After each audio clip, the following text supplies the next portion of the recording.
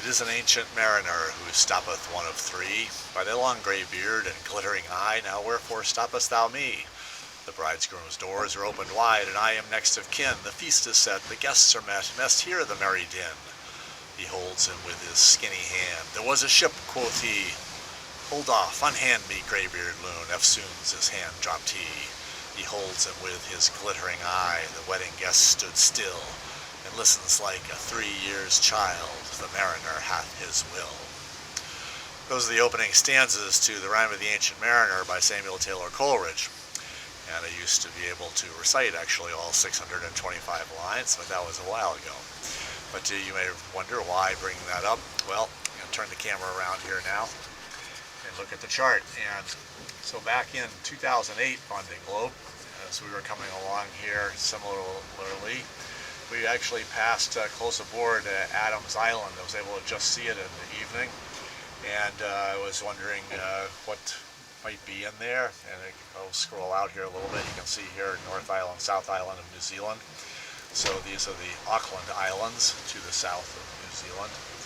So I scrolled in and saw Adams Island here, scrolled in a little further, and then as I got in a little bit, bingo, Coleridge Bay. And why that was important was that along that chart that I had at the time, that digital chart, there were albatross icons along here indicating that this was a rookery. And it would make sense, of course, over here 50 degrees, 55 minutes south, pretty far south, so might be a good place for a rookery for albatross.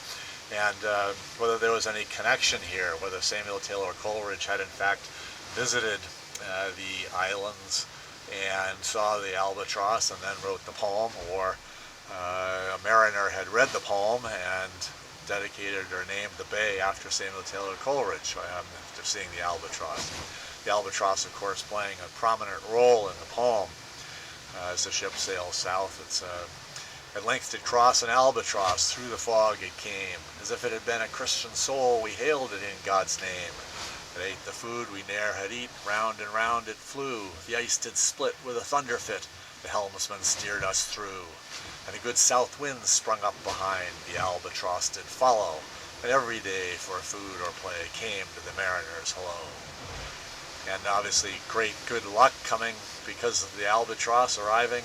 But then the ancient mariner, with my crossbow, I shot the albatross, and thereafter all manner of bad luck happens to the ship and crew. So from that poem, of course, so many wonderful stanzas have come. Oh, sleep it is a gentle thing, beloved from pole to pole. To Mary Queen the praise be given. She sent the gentle sleep from heaven that slipped into my soul. I love that one. And then, of course, the alone, alone, all alone, alone on a wide, wide sea. And never a saint took pity on this soul in agony. You can relate to that down here in the Vendée Globe, in the deep south, and the cold and the gales. And, of course, the iconic water, water everywhere, and all the boards did shrink. Water, water everywhere, nor any drop to drink. And of course, that's why we have the desalinator on board, to make that water that you can't drink drinkable. Anyway, if anybody has any idea as to whether there's a connection there, I certainly like to think that there is.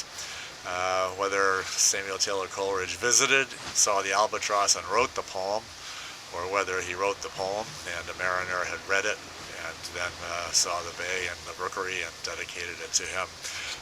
It would be interesting to know. So let us know if you find out or have any knowledge about that. Great American 4 off for today.